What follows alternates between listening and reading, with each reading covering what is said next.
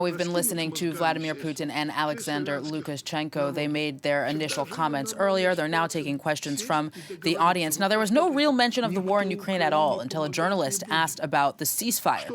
Vladimir Putin saying that he thanks Donald Trump for his help in mediating the war, saying that he agrees theoretically with the proposal to stop the fighting, but thinks that the cessation of hostilities needs to lead to long-term peace, and it needs to involve the eradication of what he describes as the root causes of the conflict. Now, in the past, he's been clear that that means NATO's eastern expansion, amongst other things.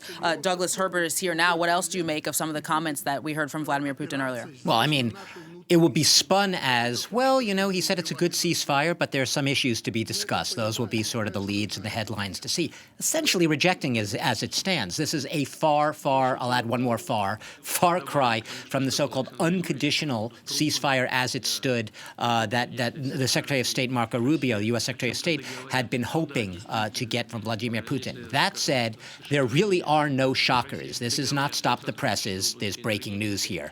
This is exactly what the Kremlin has been signaling all along. We just heard it coming out of Vladimir Putin's mouth, that they're only going to, what they really want here is not some, as they see it, gossamer ceasefire, fragile ceasefire that hasn't really covered all the details, that is not going to lead to a long-lasting, as Putin called it, a long-lasting peace that ultimately addresses the root causes. The root causes being what Russia sees as a threat to its own security by NATO encroachment, by Ukraine wanting to join NATO, by the Europeans holding up the prospect of security guarantees, something that, once again, Russia sees, paradoxically, you might say, as a security threat to itself, that Ukraine poses a threat to Russia, and that more broadly, the prospect of Ukraine within a European security architecture or even getting security guarantees poses a threat to Russia. So what this is it an outright rejection of a ceasefire? No, it isn't, because as we heard, they're the hedging words. He thanked Donald Trump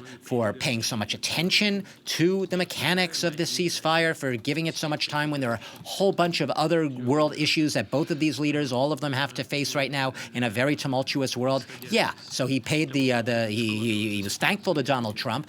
He said he likes the idea, of a ceasefire where cessation of hostilities stop. You could argue, who's going to argue against that, right? People want war to end. People want a cessation of hostilities. But the devil is in the details, and not really even in the details. It's what he went on to say. He talked about the 2,000-kilometer front line. It would be the largest front line in a ceasefire in a frozen conflict, that runs all the way through from eastern Ukraine down to the southern parts of Ukraine, delimiting those areas, the 4 regions that Russia invaded, illegally occupied, and then ended up annexing, still not recognized by the vast majority of the international community, those annexations. But you would have a 2,000-kilometer front line, and what Vladimir Putin's basically asking is, well, who calls the shots here? Who decides who infringes? Who decides when there's a violation? And these are all things that need to be discussed. Now, you can argue, okay, those are legitimate concerns.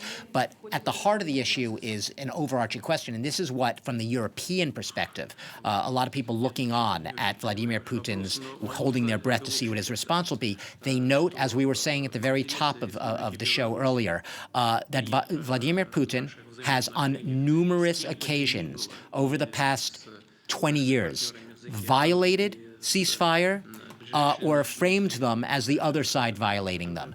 So, in other words, both international agreements and ceasefires. And it happened with the Minsk agreement. It happened in the case of Syria, where there had been sort of a Turkey-brokered ceasefire. Russia continued bombing rebel-held areas, especially in the Idlib region of Syria, saying it was targeting terrorists. In fact, a lot of civilians and civilian infrastructure were documented and reported on as being hit in those cases. In the Georgia war, there had been an EU-brokered ceasefire, which Russia signed on to, yet Russia continued to occupy and claim breakaway regions of Georgia, South Ossetia, Abkhazia. Those were clearly seen by the international community as violations of the intention and the spirit of the ceasefire that it signed. And let's not forget the mother of all violated ceasefire agreements, the annexation of Crimea itself, the so-called 1994 Budapest referendum, in which Russia did pledge at the time, you could say it was 31 years ago, but pledged to respect Ukraine's borders and sovereignty.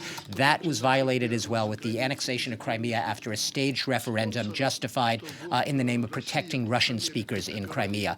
So these are all not abstract notions. These are all tangible, concrete instances in the past 10 to 20 years in which Vladimir Putin, at the helm as the paramount leader in Russia, has either violated ceasefires or willfully broken international agreements and then gone on to claim that he had done absolutely nothing wrong, plausible denial, he was not the one violating anything, shifting the blame and saying and basically saying the other side was responsible for provocations.